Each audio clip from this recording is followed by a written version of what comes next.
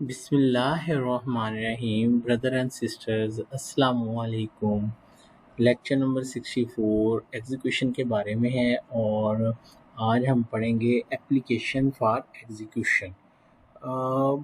अगर आप देखें तो एक तसलसल बन रहा है सेक्शंस का और एक तसलसल बन रहा है जो मैं आपको सेक्शन के साथ जब मैं ऑर्डर पोर्शन को मिला के पढ़ाता हूँ। ठीक है।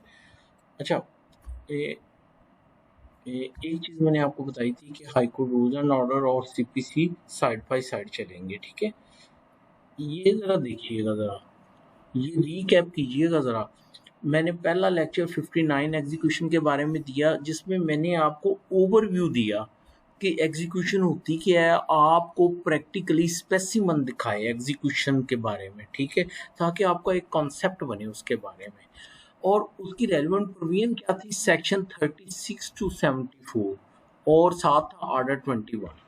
उसके बाद आप देखिए अगला जो हमारा लेक्चर था वो बड़ा इंपॉर्टेंट था कि एग्जीक्यूशन होती क्या है, क्या एग्जीक्यूट करवाया जाएगा, कौन करवा सकता है, किसके खिलाफ होगा, कौन सी कोर्ट करेगी। ठीक है, और उसका रेलिवेंट लॉ क्या है और कैसे एग्जीक्यूट होगा, मोड ऑफ एग्जीक्यूशन क्या होंगे। अगर सेक्शन नंबर 16 ही ना आपने अच्छी तरह से सुना तो फिर आपको एग्जीक्यूशन में इतनी ग्रिप नहीं होगी। इसको ज़रा अच्छी तरह से सुन लें।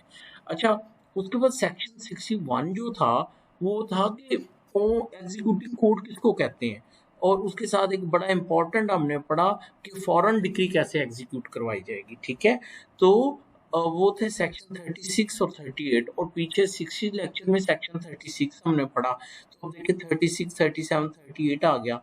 और उसके बाद हमने पढ़ा ट्रांसफर ऑफ डिक्री, तो उसमें सेक्शन 39 टू 42 आ गए। तो आपने देखा सेक्शंस का एक तसलसल बन रहा है और साथ में जो ऑर्डर पोर्शन है उसका एक तसलसल बढ़ रहा है। 62 में हमने देखा कि एक डिक्री ट्रांसफर कैसे होती है, आपको स्पेसिमन भी दिखाए। उसके बाद सेक्शन 63 का जो था वो प्रीसेप्ट के बारे में था, इजी था, वो भी मैंने आपको बताया। ठीक है, और आज जो हम टॉपिक पढ़ने जा रहे हैं एप्लीकेशन फॉर एग्जीक्यूशन।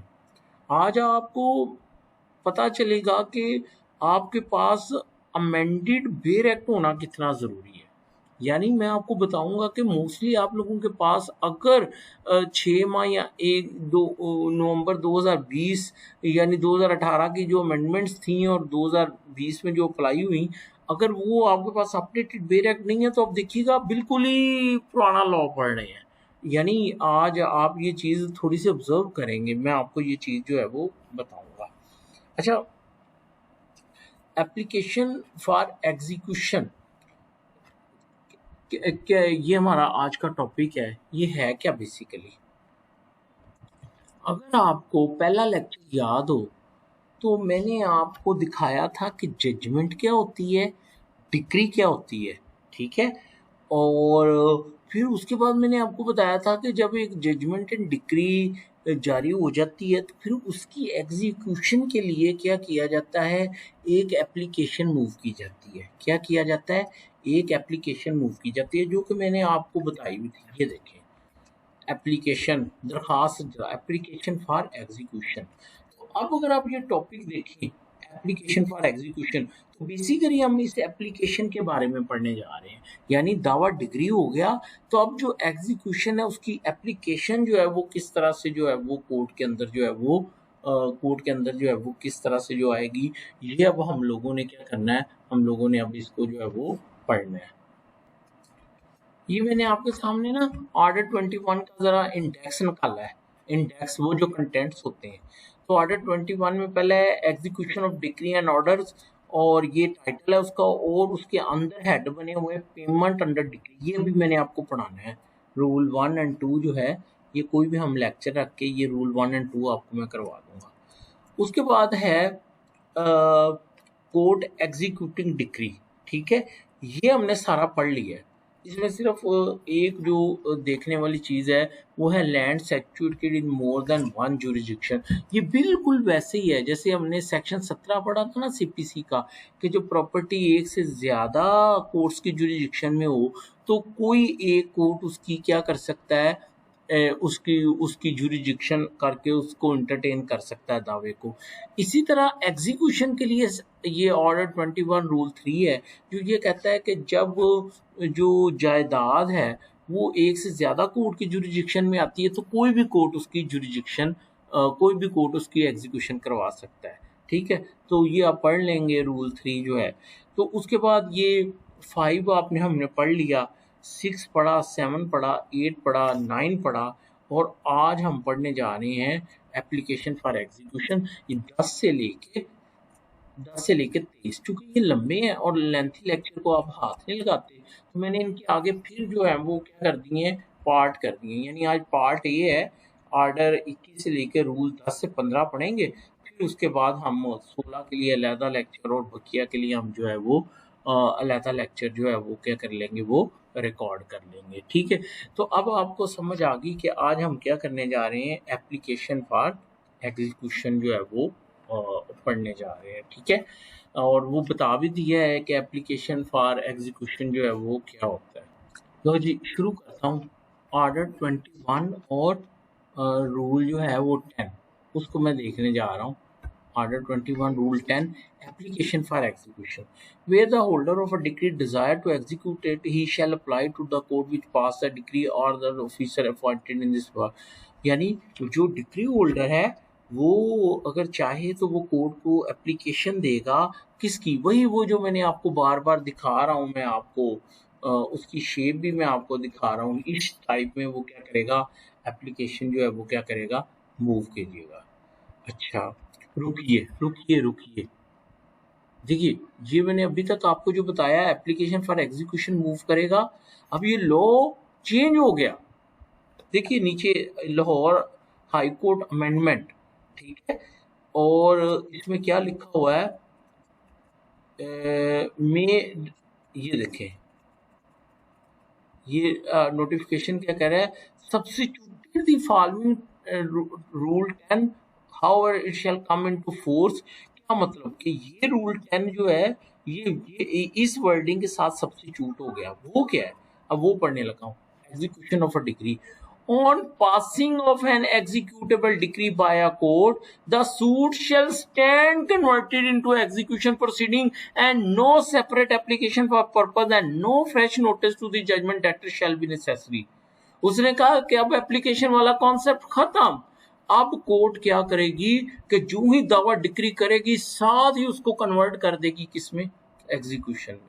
तो देखिए कितनी बड़ी अमेंडमेंट है। बड़े अफसोस से कहना पड़ता है कि अभी कोई जजेस भी पुरानी लाइन पे लगे हुए हैं, वो आज भी जो है वो क्या करवाते हैं कि वो फाइल को कंजाइन कर देते हैं डिक्री करने के बाद, और फिर उसके बाद क्या होता है कि वो पार्टी दोबारा एग्जीक्यूशन की एप्लीकेशन मूव करती है। गलत। अब उसी कोर्ट ने जो है वो क्या करना है कि उसको कन्वर्ट कर देना है किसके अंदर, एग्जीक्यूशन के अंदर। उसी फाइल को एग्जीक्यूशन के अंदर क्या कर देना है, कन्वर्ट कर देना है। ये मेरे कोर्ट में एक दावा था तमील मुख्तस का, suit for specific performance.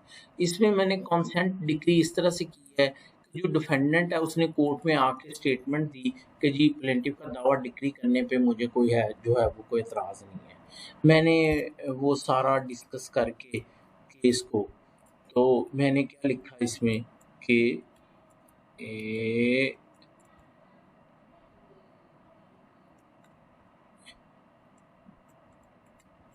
So keeping in view the conceding statement of defendant dated itna, instant suit for specific performance is hereby decreed in favor of the plaintiff and against the defendant by holding that plaintiff is entitled to get agricultural and marrying this ठीक है, सैचुएटेड this. ये मैंने दावे को क्या कर दिया, decree कर दिया। और अब नीचे देखिएगा एक लाइन, ये बड़ा इंपॉर्टेंट है। As per new amendment in the order 21 rule 10, वही जो हम पढ़ रहे हैं, order 21 rule 10 of CPC, there is no need to file separate execution petition and the instant suit file is hereby stand converted into execution petition, let it be registered at new number। मैंने वहीं पे दावे को क्या किया मैंने उसको किस में कन्वर्ट कर दिया, एग्जीक्यूशन में कर लिया, और मैंने वहीं से उसको आगे चलाना शुरू कर दिया। यानी मैंने नई अमेंडमेंट्स का इतलाक कर दिया, चाहे गलत किया चाहे सही किया, लेकिन पुराने लॉ को जो है मैंने जो है वो फॉलो नहीं किया। तो अब आपको नई एग्जीक्यूशन नए लॉ के मुताबिक समझ आ जानी चाहिए कि अब जो है एक सेपरेट एप्लीकेशन फॉर एग्जीक्यूशन नहीं आएगी, बल्कि अब कोर्ट इटसेल्फ बंद है। बल्कि मैं तो कहूँगा कि फैमिली कोर्ट ने जो एग्जीक्यूशन करवानी होती है वो भी उसने सीपीसी के तहत ही लॉ अप्लाई करना होता है। तो फैमिली कोर्ट को भी कन्विंस करना चाहिए कि आप इसको कन्वर्ट करें। आपने सीपीसी से प्रिंसिपल पारो करके अप्लाई करने हैं ना, खुद से तो नहीं कोई सीपीसी आपने बनानी या प्रिंसिपल्स बनाने। तो आप क्यों सेपरेट एप्लीकेशन लेते हैं, आप इसी को कन्वर्ट करें और इसी को दावे को जो है वो आगे लेके चलें। एनी हाउ ये तो कोई उनको कन्विंस करे तो फिर ही है।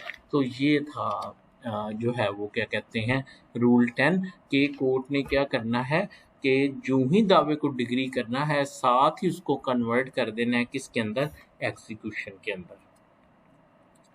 उसके बाद जो रूल 11 है, अच्छा अब इसको भी पढ़ने की ज़रूरत नहीं है, ये देखिए नीचे जाके अमेंडमेंट पढ़िएगा। ये भी सब्स्टिट्यूटेड द फॉलोइंग रूल 11, यानी अब ये वाला सब्स्टिट्यूट हो गया है। रूल 11 ये क्या कहता है, at the time of initiation of the execution proceeding, the court shall order the attachment of the property of the judgment debtor if it has not already been attached under Order 38.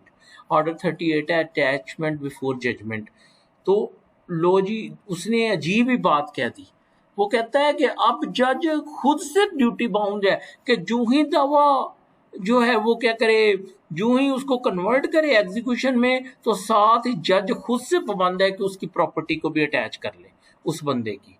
Judgement debtor की अगर कोई property है तो फौरन court उसकी attachment का order कर दे। कोई ज़रूरत नहीं है अब कि कोर्ट एग्जीक्यूशन पिटीशन का या उसकी एप्लीकेशन का। पहला जो रूल था वो क्या था, उसने एप्लीकेशन देनी थी अटैचमेंट की, ठीक है, लेकिन अब उन्होंने कहा खत्म। अब कोर्ट ने बस फौरन एग्जीक्यूट करते साथ ही उसकी प्रॉपर्टी को क्या कर लेना है, अटैच कर लेना है, उसकी अटैचमेंट का क्या कर देना है, ऑर्डर कर देना है। ठीक है, ये भी हम जजेस अनफॉर्चुनेटली नहीं कर रहे। ठीक है, इटसेल्फ जो है करना। अच्छा ये देखिएगा, ये कौन सी प्रॉपर्टी अटैचमेंट करने का ऑर्डर कोर्ट करेगी, जो जजमेंट डेटर की प्रॉपर्टी है। ठीक है, अभी हम आगे चल के इसको डिस्कस करेंगे। ये हो गया रूल 11। ठीक है, और अगर कोर्ट ने पहले ही अटैच की हुई है तो फिर दोबारा अटैच करने की ज़रूरत नहीं है।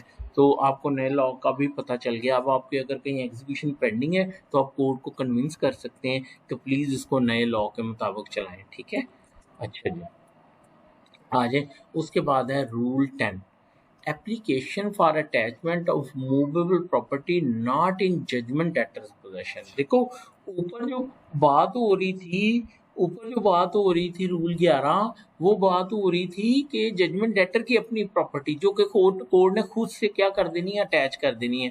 लेकिन रूल 12 स्पेशल रूल है जहाँ पे कोर्ट उसकी प्रॉपर्टी अटैच करना चाह रहा है, लेकिन वो प्रॉपर्टी जो है उसकी अपने पोजेशन में नहीं है।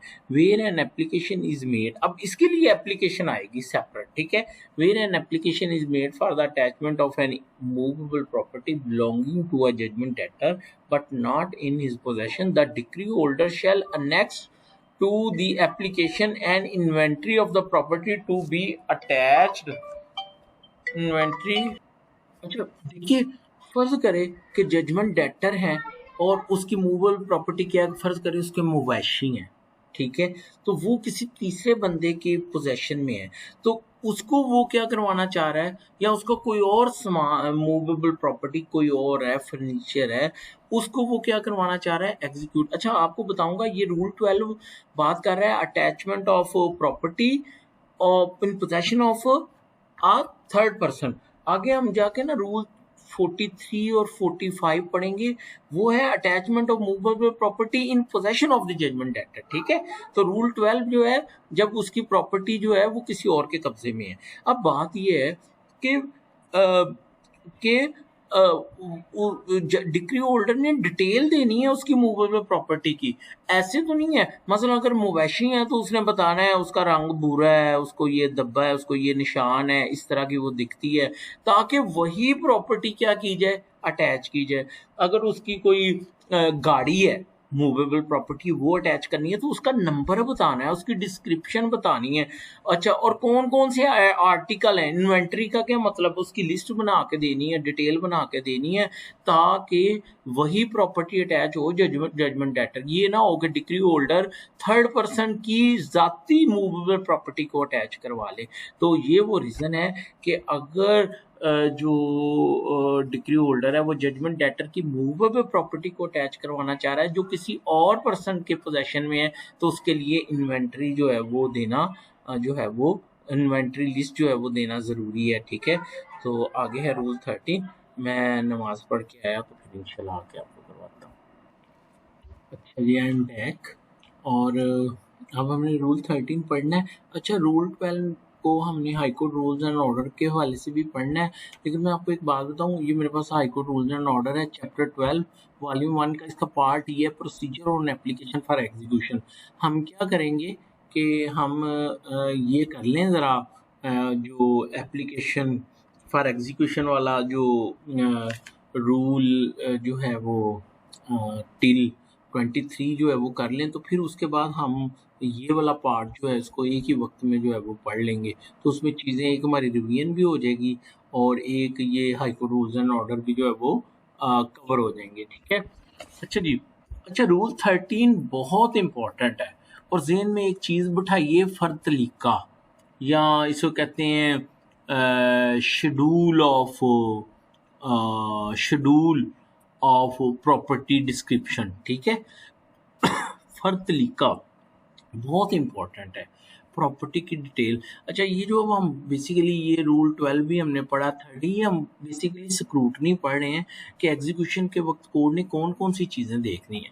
अब रूल 12 तो ये था ना कि अगर मूवेबल प्रॉपर्टी है किसी थर्ड पर्सन के पोजेशन में है, तो फिर उसकी उसकी स्पेसिफिकेशन, उसकी इन्वेंट्री होनी चाहिए, पता हो कि कौन सी प्रॉपर्टी जो है। इसी तरह रूल 13 जो है वो ये है कि अगर इमूवेबल प्रॉपर्टी अटैच करनी है, ठीक है, तो फिर उसकी डिस्क्रिप्शन जो है वो कोर्ट में अलहदा से जमा करवानी ज़रूरी है। मैं एक दफ़ा इसको पढ़ लूँ।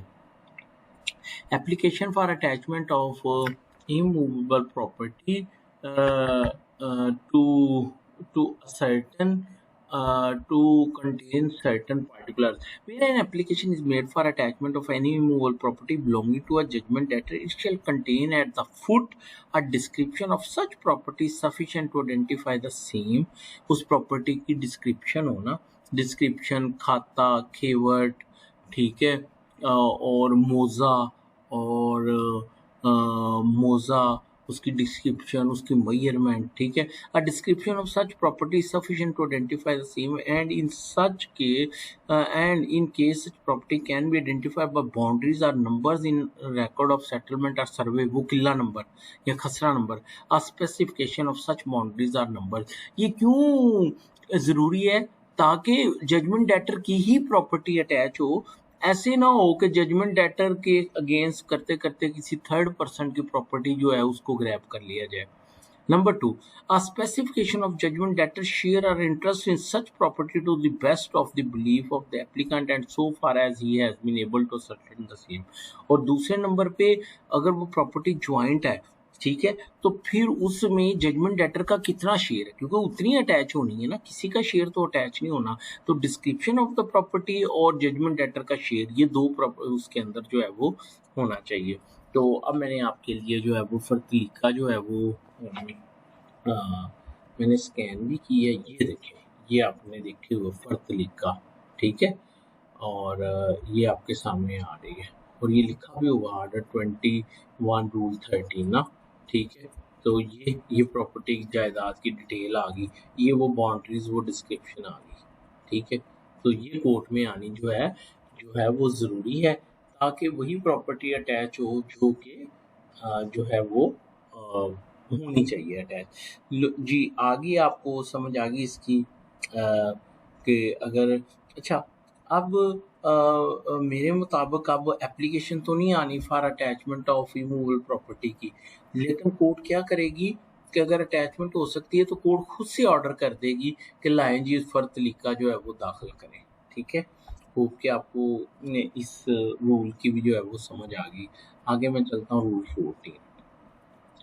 Power to require certified extract from collector register in certain cases. When an application is made for attachment of any land which is registered in the office of the collector, the court may require the applicant to produce a certified extract from register of such office specifying the person registered as proprietor of or as possessing any transferable interest in land or its revenue or as liable to pay revenue for the land and the share of the registered proprietors. देखिए, अगर वो property जो है फर्ज करें उसकी registry exist करती है या उसका रेवेन्यू रिकॉर्ड एग्जिस्ट करता है, ठीक है, तो कोर्ट जो कलेक्टर है उसको ऑर्डर कर नहीं प्रॉपर्टी को कह सकती है कि इसकी मुसद्दका नकल लेके आओ ना, जमाबंदी की मुसद्दका नकल लेके आओ, इस रजिस्ट्री की मुसद्दका नकल लेके आओ, इस इंतकाल की मुसद्दका नकल लेके आओ, ताकि कोर्ट इस चीज़ को पे कन्विंस हो जाए कि जिस प्रॉपर्टी को मैं अटैच या सेल करने के लिए जा रही हूँ, ठीक है,